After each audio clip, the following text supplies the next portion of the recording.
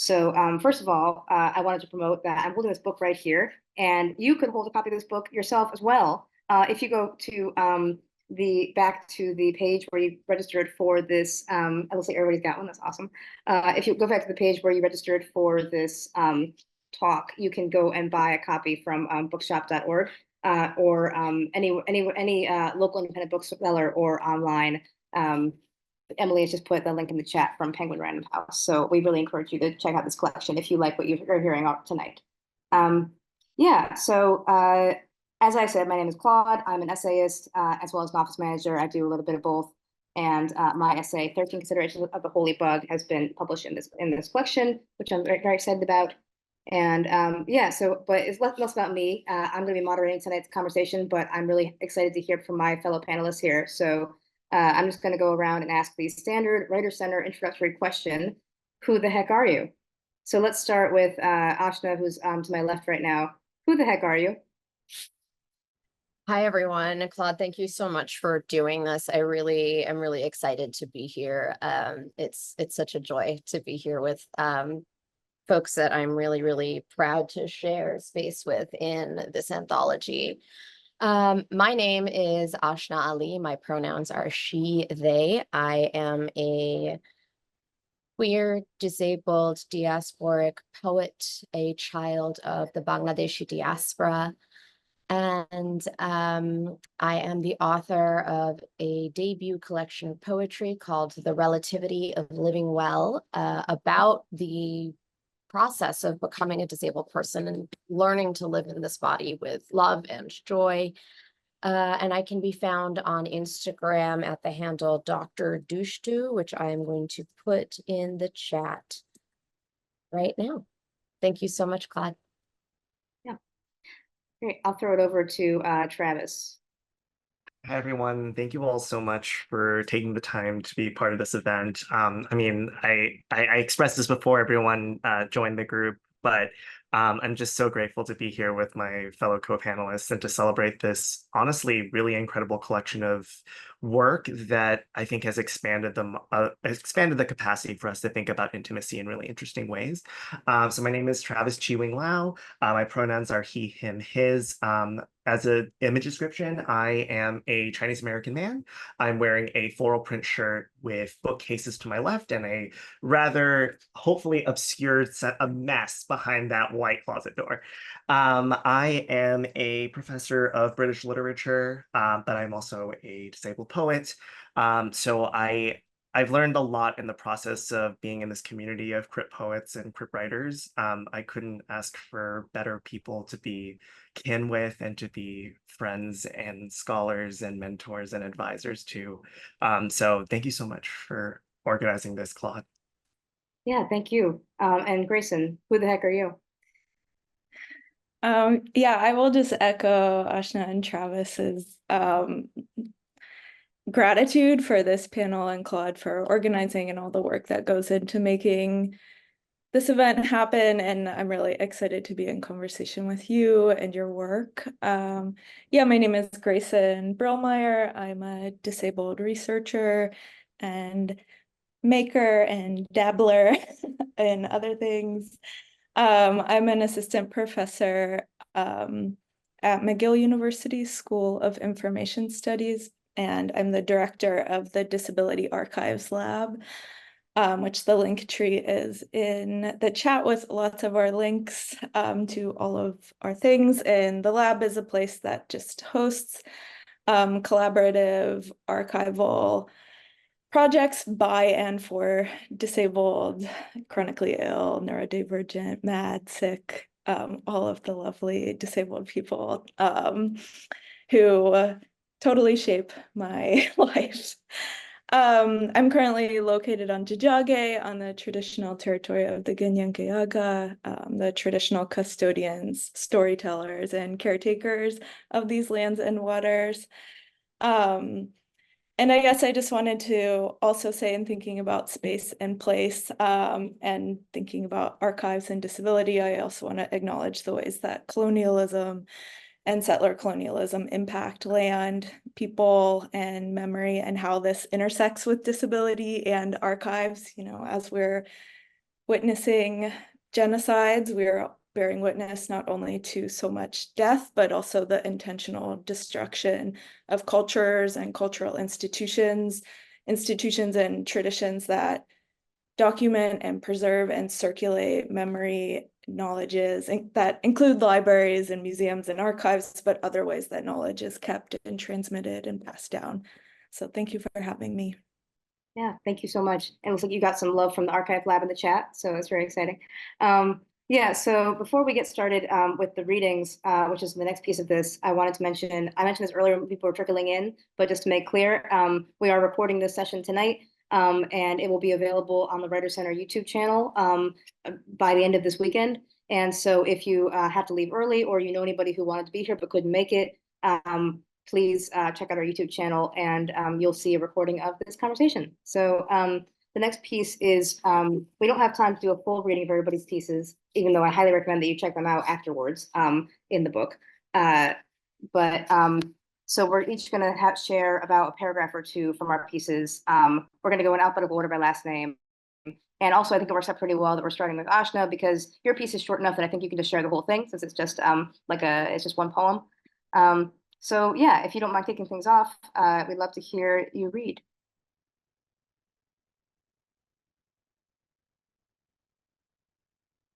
Thank you so much. Sorry, I have a little technical issue here. Here we are. So this poem is a love letter to my Crip kin, and it's called Top Secret Club Abjection. It's H who starts me on the teas, delivers 4 fragrant boxes, mixes them herself. She includes ingredients on a handmade label. C, I find on Instagram talking about her herbalism practice, how she treats her own body. She makes videos about what my limbs need while she holds the baby, feeds the dog. I find N through P, who says, hey, I think N might have doctors who believe non-men when y'all talk. We make a list with reviews, a private Yelp for queer Crips and kin. I find the Nipo Cuddalo through B, who uses it before bed to not ask too much of a massage therapist partner. I buy it as a gift for at least 3 of the club, recommend it to everyone who has enough money this month. We use it together on the phone, the buzzing and moaning from each of our homes confusing, we hope, to whoever might be surveilling. When I start the new drug, 2 of the club tell me not to be surprised when I can't eat, when there's a zap between my ears, when joy feels just as far as rage, which, combined, feels like nothing. Though we live in different states, we coordinate days to say fuck it, do whatever we like, have 1 glass of wine too many, eat everything. We cackle and cry to one another from wheelchair, bathtub, toilet seat, shower stool, somewhere on the floor. The club says plans are not plans unless we've measured capacity, found whatever honesty we have left between the sofa cushions. The club says, hey, I've got enough Valium for 2 today. The club isn't afraid of blood, vomit, piss, shit, pills, passing money around. Tomorrow, we get up, clothe ourselves in health, a workplace costume, because everyone knows that everyone would rather be fooled.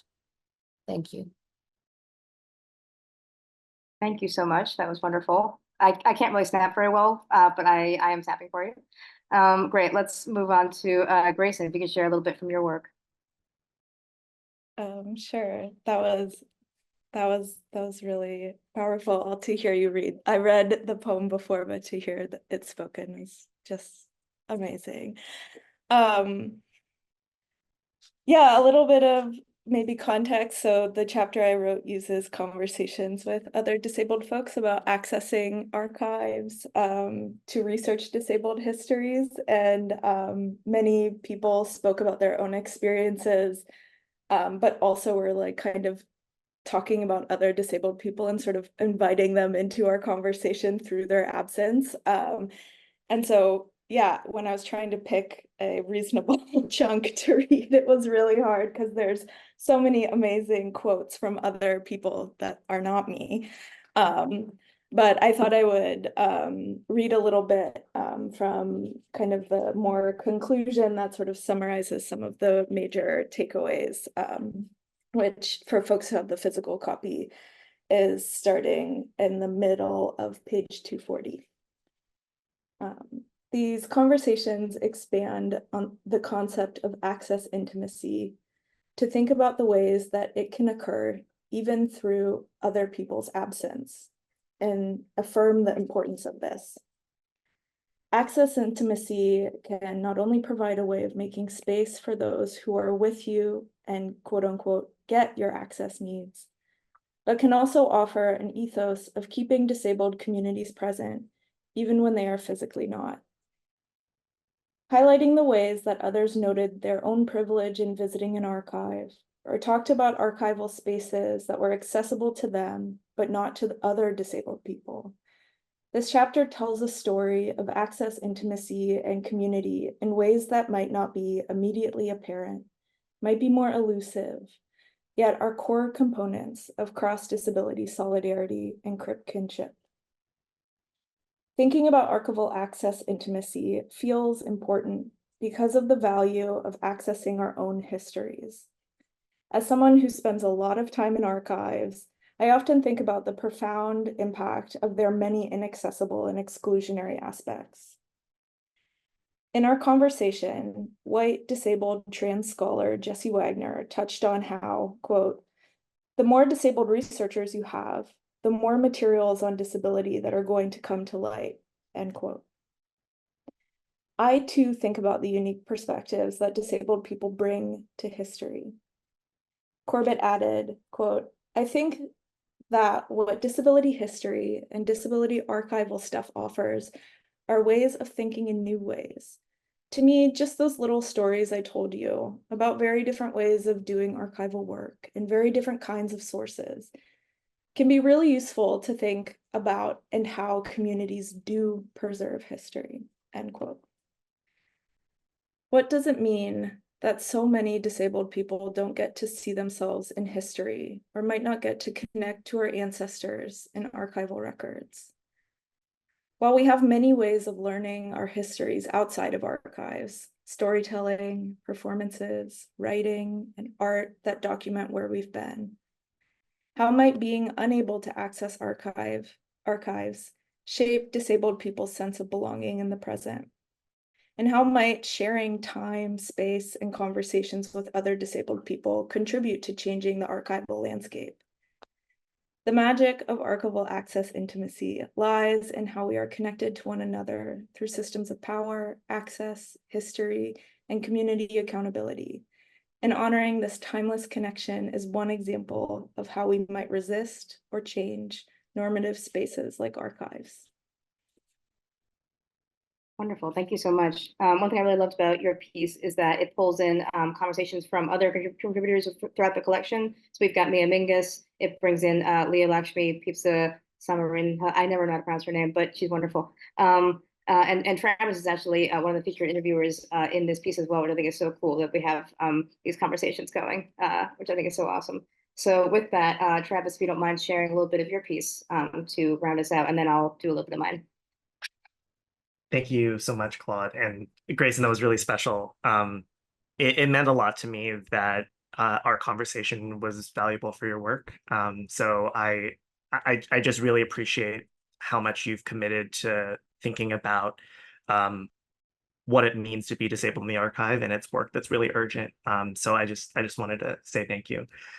So for me, I also needed to provide a little bit of context. My essay wanted to think a little bit more about what intimacy is, beyond a sort of erotic one, which is typically where my mind goes. I wanted to think about the intimacy forged between myself as someone sitting for a portrait and two portrait photographers who photographed my back for the first time. I have pretty significant scoliosis, so for a really long time, I just never ever wanted my back to be photographed. And this essay wanted to document just how transformative the experience was. And I, just for some context, the passage I'm reading is about this image here. It is the second of the portraits that I included in this essay, and I'm so grateful that Alice and Penguin wanted to reproduce the photographs even in black and white. This, for those of you who are reading in the physical copy, this is on page 142 to 143. What might it mean to have disability meet the viewer's gaze rather than what the gaze expects to see? D, the portrait photographer, provided the means by which I could ask this question boldly yet safely. The beauty of a crip trust. The embedded, culturally reproduced expectations attached to my body-mind were precisely at the heart of this portrait. As a scholar of the 18th century, I've become intimately familiar with the long tradition of Orientalist portraiture that exoticized and fetishized Asian bodies as part of the imperialist project of British Empire, both as sexual objects and as exploitable labor. Dee's entire coincidental plan that day to have me wear a necklace of pearls unexpectedly indexed this long history of the pearl's commodification as jewelry and its connections to the Orientalist aesthetic. While my Chineseness has always been legible upon my body, Dee's portrait reconfigures its relationship to my disability and queerness through this uncanny aesthetic so unique to Dee. As Richard Leppard writes of the perverse racial dynamics still alive in Western portraiture, quote, "The white man has identity, the racialized has anonymity. By and large, they do not merit names, but they are useful, quote unquote, as cultural objects precisely for their color difference," end quote. I instead wanted this portrait to insist on my presence as a subject of multiplicity rather than a limited object. Nakedly queer, crip, Asian, painfully imbricated. And in this way, I stare back, first my spine, then my face uncannily meeting the audience's gaze in the bathroom mirror. Quote, "Refusing to wilt under another's stare is a way to insist on one's dignity and worth," Rosemary Garland Thompson argues of the power of staring back. I remain indebted to two photographers who have taught me how to look and why to look. In this case, at myself, as represented by their eyes. Myself, who for years refused to be exposed to the cruelty of the flash before I realized it could be compassionate. I stare and finally witness myself staring back. Thanks. Beautiful. Thank you so much. And I love that you started right on the line that I actually physically had highlighted in my book, the italicized, what might it mean to have disability meet the viewer's gaze rather than what the gaze expects to see. I just want to repeat that because it's a great line. And I also shout out to everybody in the chat who's been picking out lines that they love from these pieces. I think it's so beautiful to see that. So I guess I will wrap us up with the readings portion of this by sharing a little bit from the beginning of my piece, which is called 13 Considerations of the Holy Bug. It's on page 333. It's actually the last essay in the collection, which is a really crazy thing to discover when I picked up this book for the first time. Yeah, so I'm just going to read, it's in these numbered sections, so I'm just going to read the first two numbered sections. So, 1, I am often mistaken for a tiny biting insect. No one cares to know my taxonomic name. The term midge will suffice. Any little two-winged fly can be a midge. There are highland midges and phantom midges, midges with affectionate nicknames like punkies and no-see-ums. There are midges that spread blue tongue disease and midges that pollinate cacao trees. Midges live in mountains and mangrove swamps, among marsh marigolds and monkey flowers and spider lilies on the margins of standing fresh waters. A midge can be found just about anywhere aside from the barren desert and the frozen tundra. And yet people are often surprised when they see me. Sometimes I am met with a look of fear, wide eyes, and a muttered, sorry, before I've had a chance to get in the way. Other times, astonishment, children who ask how I can be so small, mothers who turn them away from my line of sight, men who regard me as a rare and mythical creature. 2, all I wanted was a pack of sour gummy worms. All anyone wants when they go to a CVS is to leave as soon as possible. But I happened to look up at the man beside me in the candy aisle. His eyes were locked on me. It was disturbing how little fear I saw in them. I'd never seen a midget in real life before. I blinked. only in porno. My body might as well have been on the shelf, sandwiched between the bright yellow packets of peanut M&Ms and the stacks of king-size Kit Kats, a fly among the sour worms, an animal just the same. And then the next section is just about porn, so I'm going to let you can read that for yourself if you want, but I'm not going to read that on my work chat. So yeah, those are the essays that we have featured in this collection. So if you like the taste of that, like I said, buy the book and you can read the whole thing, which is pretty exciting. So now let's get into some questions. So I have some questions prepared for our panelists here. But if you in the audience come up with anything and that you want to share, that you want to ask, please leave it in the chat. And in the last 15 minutes of this talk, we will have a chance to go back to the chat and answer your questions. So first, any of these questions that I ask, anyone is welcome to jump in with whatever answer you have. So my first question is, what was the initial inspiration for writing your piece? And sort of what were those early drafts looking like? Like what is, how did your piece kind of start out? Like what were its early phases? So anyone's welcome to jump in here with that. I'll go ahead and start.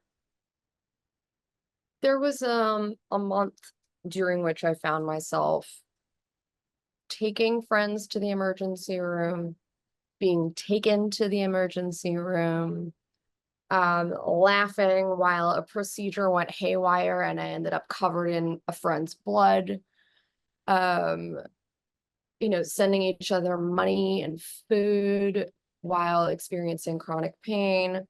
For context, I have a laundry list of autoimmune conditions that leave me in a lot of chronic pain that severely affects my mobility, and many other things, but I have what they call invisible disability, and that I look to someone not paying attention or unaware well.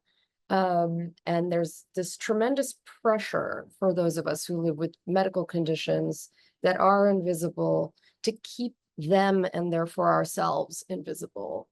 And I felt such tremendous gratitude and connection and love and solace in the fact that this community of friends, all of whom are disabled in different ways from one another, could remain interdependent, often not even in proximate physical space, to have a sort of undercommons within which to see one another and sort of even if temporarily heal one another from the violence of the pressure to make ourselves smaller and pretend to be comfortable and well for the comfort of those who are already well. Were it not for that community of people, I don't think I would be here today. So they deserved a love letter. So I wrote them one.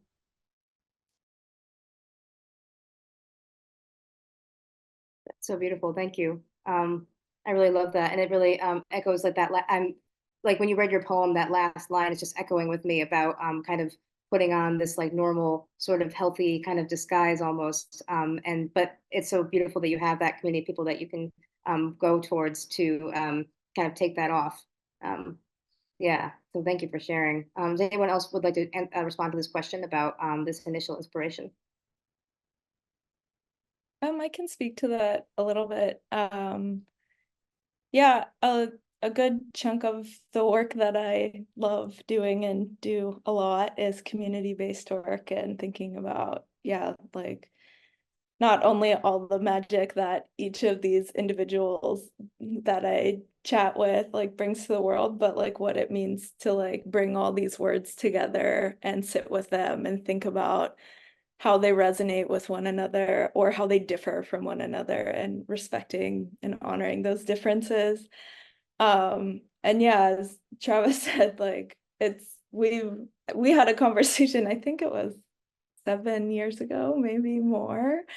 And I've been sitting with these same sets of conversations for such a long time and teasing out new ideas with them and just letting, yeah, I think sitting with the nuance and not trying to move too quickly through them. And so, yeah, I had been writing so much about like the connections that are felt through archives, like all the feelings that we have when sitting in an archive, all the feelings that occur when you can or cannot find disabled people in history. And yeah, so the early sort of seeds for this work were thinking about access, but also thinking about that there's something else happening here that, yeah, that I just wanted to spend time with. And again, like think about all these conversations and all these words next to each other, which then this emerged.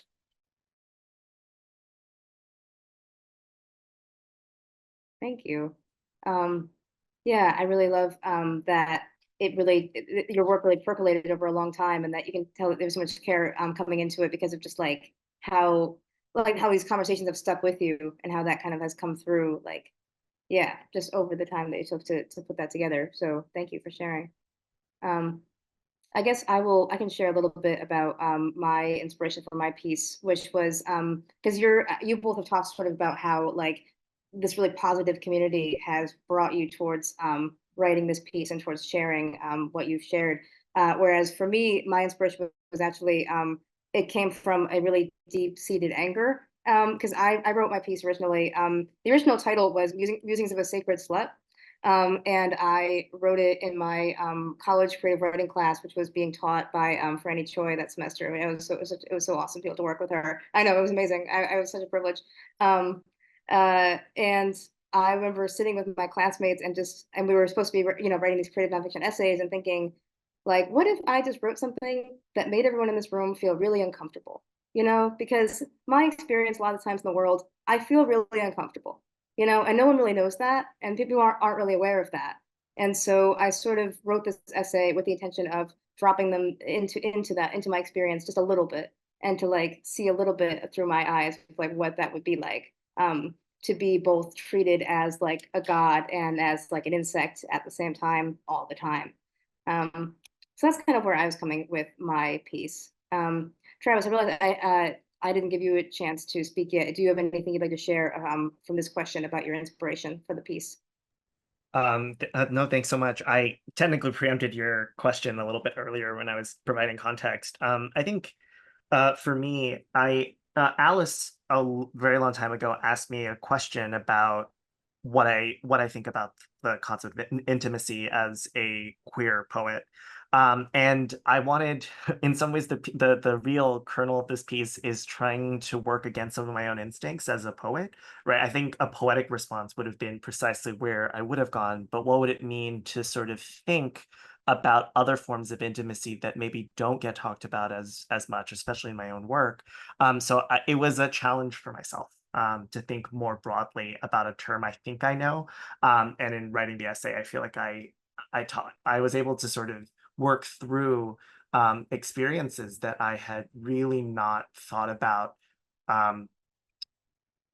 in the ways that I think our community has challenged us to think about it. So that was my attempt at really kind of getting at that. So thanks. Yeah, thank you. And now that you brought up Alice, I kind of want to talk a little bit more about everyone's connection to her, to the editor of this book, and how you all ended up in this book. Because I don't even know, if we all came through the same path or through different ways. So for me, what was really crazy was basically I was reading Alice's memoir. I was reading You're the Tiger. It was great. It's a great book. Highly recommend. Um, and then I get this really strange email from an editor of the Mass Review, because that's where my piece was originally published. It was published in the Mass Review special edition for disability, which also I was in with Travis, which was very cool. And I get this email from the managing editor being like, yeah, so Alice Wong read your piece and she really likes it. She wants to put it in this book.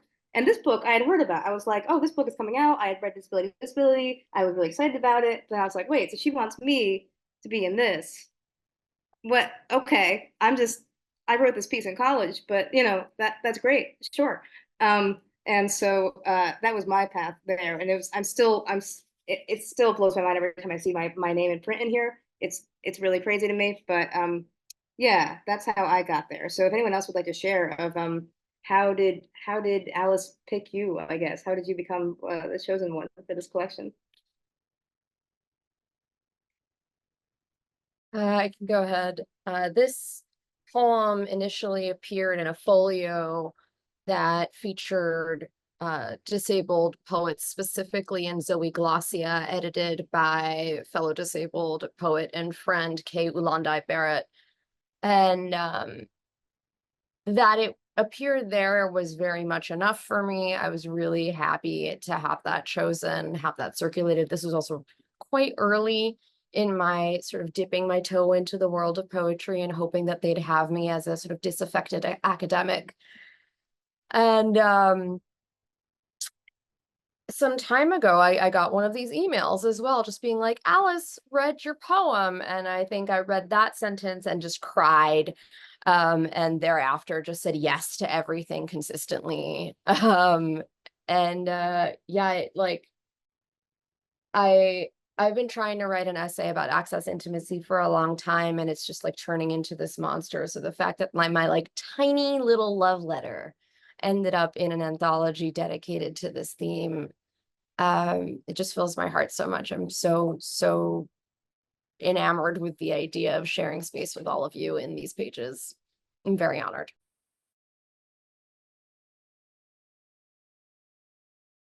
Yeah, I had a little bit different of a path. I have known Alice for a while, from when I lived in the Bay, and so grateful for that relationship. And we had been like always scheming and talking about cross-pollination things, and then I got an email from her out of the blue of her asking if I'd be interested in writing something, which, you know, as Ashna said, like if Alice asks you to do something, you say yes. But then I had like, you know, a lovely time sitting with Panic and thinking, you know, taking the ask seriously since I didn't have something like ready to go. And thinking about, you know, her description of the book and the ways I've been thinking about archival intimacy-ish and if it really was a fit. So if I remember correctly, I probably sent her more than one apology for the late reply email as I was kind of sorting out my thoughts, but I'm hugely indebted to her and the editors for like, I sent them like abstracts and they really like worked with me to kind of tinker with ideas as they were unfolding for me too. So it was really an amazing experience. And yeah, then I knew that Travis was in it because I had sent him my piece to look at and make sure he was okay with the use of quotes, but then seeing the like list of contributors to the book, I was like, whoa, it's like what powerful list of people. So very honored to be amongst such incredible humans.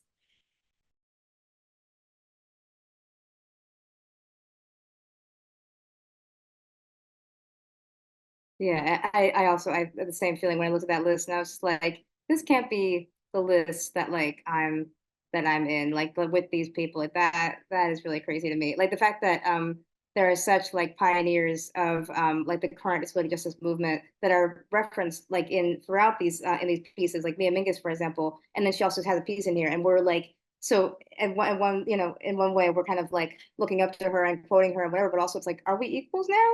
Like, what does this mean? That's crazy. Yeah, so I think I kind of wanted to jump in and talk a little bit more about that, because two of these pieces, I think this is my last discussion question, and then we can jump into the Q&A. So I know two of these pieces specifically, Travis's and Gracen's specifically mention access intimacy, Mia Mingus's definition of basically, if people aren't familiar, the idea of access intimacy is basically when people just get your needs, people understand that. When people, you know, like when they know how to accommodate you and you don't necessarily have to ask and you just feel accommodated as a disabled person. So I guess I kind of want maybe to wrap up the discussion here before we get to the Q&A, if everyone could share like what their definition of intimacy is and how that sort of comes into play in your piece. So whoever wants to jump in can jump in.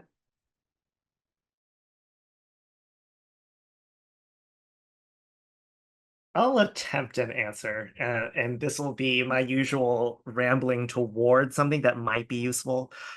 So for me, intimacy in this piece was a particular set of processes and connections with the photographers I worked with that involved their intuition about the challenges of being essentially here a portrait model. I talk in the piece early on about a really sort of traumatic experience of um, my very brief stint working with someone who was a fashion designer, and just how cruel and inaccessible that process was, and how much it fetishized a certain kind of body. Working with these two photographers for me was an intimate experience, because not only were they physically rearranging and reorienting my body, but they were extremely aware of the ways in which the act of being vulnerably put before a camera is itself an act of trust and has physical limitations. There's a photograph in which I'm holding, I've essentially intertwined my arms through a stool, and that position is actually incredibly difficult for me. But my photographer, I think, really wanted that to be a gentle experience. That shot actually took well over an hour and a half, but it was a way to do so in a compassionate way that my body could actually handle. So for me, very much true to the spirit of Mia Mingus's definition of access intimacy, it's a kind of intuition by in this case, a caregiver who's also my photographer, an intuition about what my needs were without me having to verbalize, ask for, or plead for those needs to be met.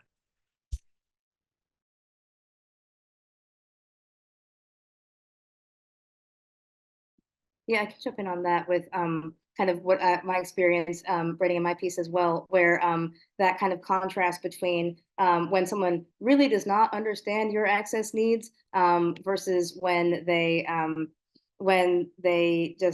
get it. So like in my piece, it's sort of funny because people when they've read my piece have told me that it's a very intimate piece, but I give a lot of examples of experiences that were really not very intimate at all, not very access intimate. I see Ashna as a cat joining us. This is very exciting. So like I have an anecdote in the piece about basically a man asking me if I'm able to consent to sex because I'm a little person, and he thinks that for some reason there's some disconnect where like that has to be a thing that he has to ask me, which is basically like the biggest epitome of the opposite of access intimacy that has possibly maybe ever happened to me. But I tried to convey intimacy in my piece by confessing these sorts of things. These are my considerations. This was like by revealing these little details, I try to share with the audience of being like, now you and we are intimate with each other. You are understanding me a little bit better. We are having access to intimacy with you reading it. And by understanding that this is what it's like when the world kind of strips you of that. And you can kind of and I don't really have any examples, maybe in a follow-up piece I should write about examples when I've really felt seen in those ways. But I think sometimes having the counterexample can be really helpful to see like what does it mean when all of that gets taken away, and when you feel like a little bug, you know. So yeah, if anyone else wants to jump in with yeah, what do you, I don't know, what's your definition of intimacy and how do you feel that that comes up?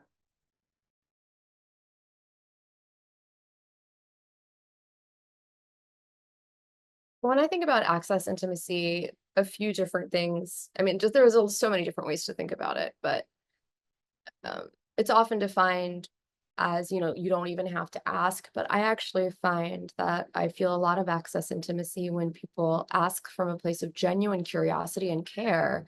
Like, do you have capacity for this? Are you able to do that? Or can you eat that? Can you sit here? What kind of chair do you need? Do you need to sit? You know, just thinking about another person as a whole animal that has different needs from your own. But also just the gallows humor that we get to share, I think really fills my heart. Just like, you know, there's nothing like sitting somewhere and just cackling your heart out with another person about like blood spurts and bowel movements, because those are just not things you can talk about in, you know, quote unquote polite society, and then being a real body with another person and just appreciating how ridiculous it is to be a body together, I think is really one of the highest forms of joyful access intimacy I've likely experienced. I love that. And yeah, I think I also want to like shout out to Leah Lakshmi Piepsna Samarasina, I think in Care Work, who really pinpoints that access intimacy like isn't an assumption, that people don't always just like get your access needs, but it takes like work and love and commitment, you know, that access is relational and intimacy is relational, and a relationship, you know, it's a commitment to the work that it takes to cultivate it if it's, you know, if you don't get it, which I really appreciate too. Yeah, thank you. So now also we have a little bit of time to answer some questions from the audience, which have been starting to come in. So if you have any questions, please just start putting them into the chat. So we have one that came in a little bit earlier from Dana, and it says, what is your process of writing, refining, editing involved?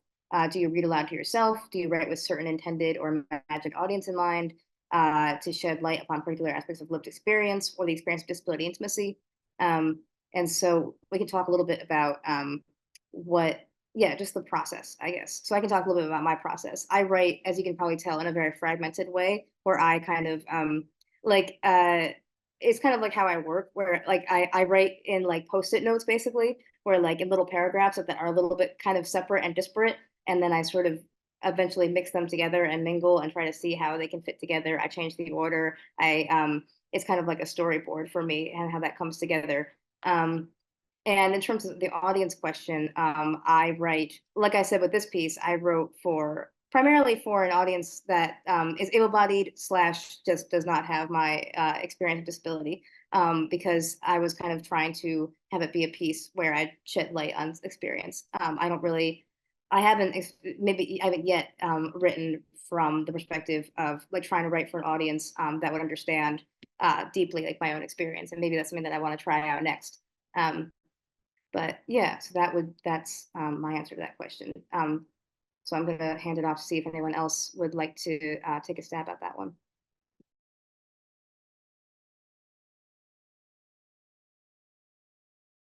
I can provide a counter because outlines are my love language. I am a chronic outliner. But that's not to say that I always know where I'm going. You know, some people write by knowing like each step and knowing where they're going, and others find out where they're going as they write. I'm kind of somewhere in the middle where like I make an outline and then I start working, and then I like feel it pulling me somewhere else, so I re-outline. And that's like, it's, I think, easier for me to write when I like can just think of the pieces and not get overwhelmed by the whole. And I think, yeah, I would be remiss if I didn't say that like most of my writing happens through body doubling. Like almost all of my writing happens sitting on Zoom with other humans to like keep me in my chair working and not cleaning or doing other things.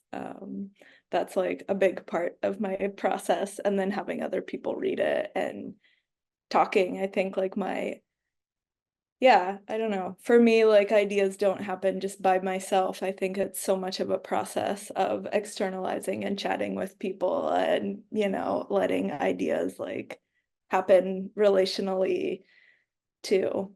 I'm just looking at the question again. And for an intended or imagined audience, I think I almost always write for other disabled people. I write like to share our stories for us. That's usually my primary audience. And yeah, occasionally to like fit the venue, but mostly for disabled people reading, hopefully.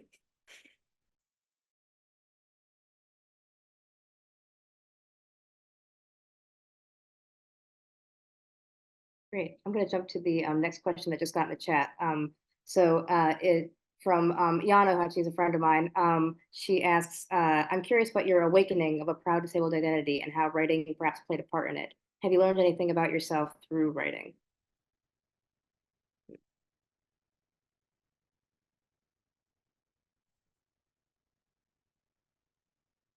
I don't think I would have taken myself seriously as a poet had I not become so dramatically disabled, nor would I have survived becoming dramatically disabled if I were not a poet. Those things I wrote poetry before.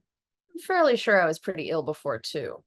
But what really spiked all of my conditions was that I got long COVID in March 2020 in New York City as a public school teacher. So all of the things that were sort of lurking in my body and sort of were ignorable enough at that point for me to not acknowledge what was actually happening became extremely obvious.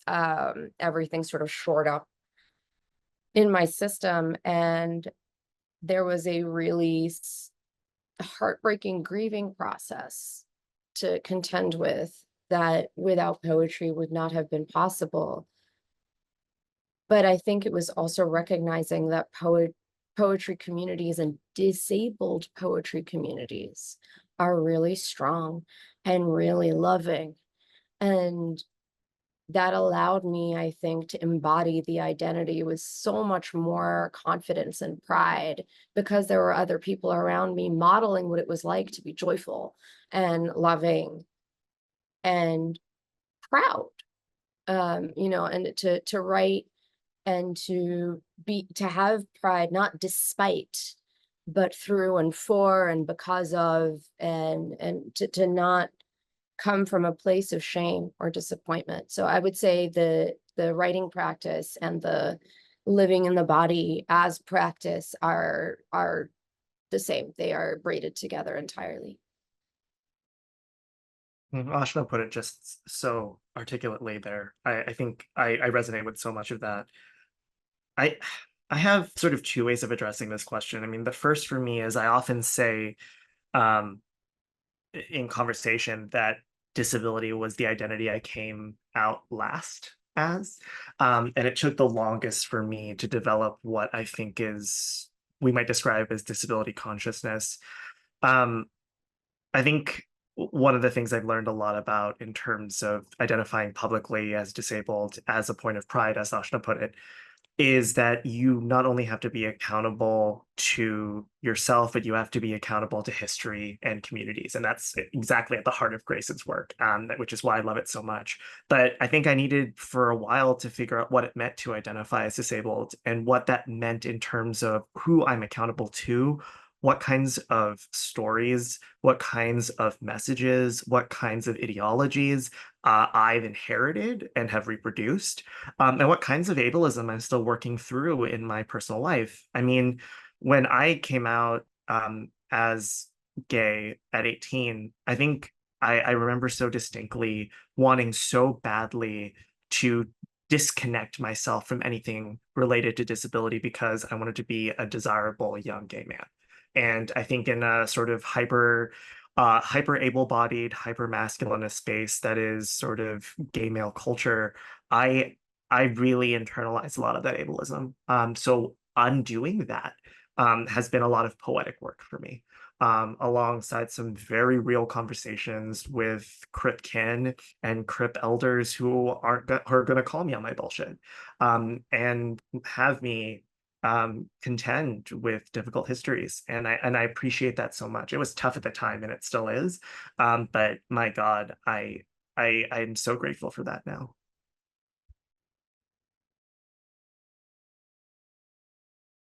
Thank you. Thank you. You both provided such beautiful answers. I realize this is the thing with having poets on a panel. It's just like you just hear poems and their answers. And it's so great. So we have only a little bit of time left. So actually, we got a question in the chat that is basically the same as the question that I was going to ask all of you, which is what's advice for what advice do you have for a writer just starting out? The person in the chat asks what if advice for chronically ill writers just starting out, but so you can focus it on chronically ill, on disabled writers, but also maybe just some writers in general. I think I'm going to not answer this question personally because I am a writer just starting out. This was my first published piece. You know, I'm 24 years old. You know, I don't have a PhD. You know, I'm still learning how to be a writer and a person. So I'm just here to listen to all of your advice. So whoever wants to start.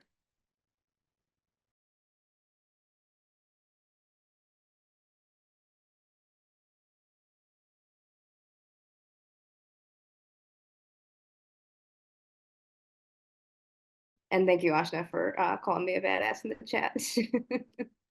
I'll go ahead and start. I guess it's actually, I'm sort of answering a process question as well. But first, I write to make myself visible to myself. I edit and revise for queer Ken. That first process of writing cannot be or shouldn't be a process that is shameful and self-critiquing and this whole like everything that comes out has to be perfect. Write a lot and write badly a lot and enjoy your time doing it. Just write really badly a lot and enjoy your time doing it.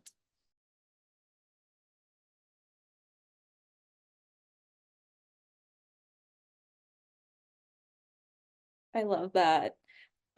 Maybe I'll just add to that as someone who has like some writing anxiety and like sometimes feels like what I put on the page feels like it has some kind of permanence for whatever reason.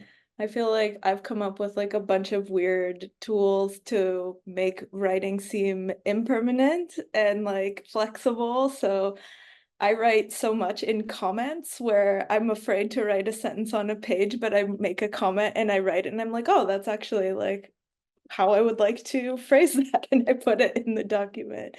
So it's all about like, yeah, finding the tools that work with your brain and like allow you to feel some ease and knowing that iteration is like part of the process. A few years ago, I gave the keynote address for the Zoeglossia Disabled Writers Conference, and I found myself sort of at first clueless as to how to even begin offering any kind of advice as someone who really only started writing and submitting poems in 2016. But the thing I focused on is what Jack Halberstam once called the queer art of failure. And I wondered what it might mean to think about this as a kind of crip art of failure. So much of crip life is failure, failure to uphold ableist norms, failures to move and be in our bodies in the ways that we might desire or other people desire. So if we work from this position of failure rather than cast it as inherently negative, what would it mean to fail a lot, as Ashna might put it? Fail a lot and fail in public with each other, right? So not only are we destigmatizing failure, but also thinking about failure as a way to move into other forms of what we might describe later as success. So I fail a lot, and I've started to really kind of embrace that process of failing a lot.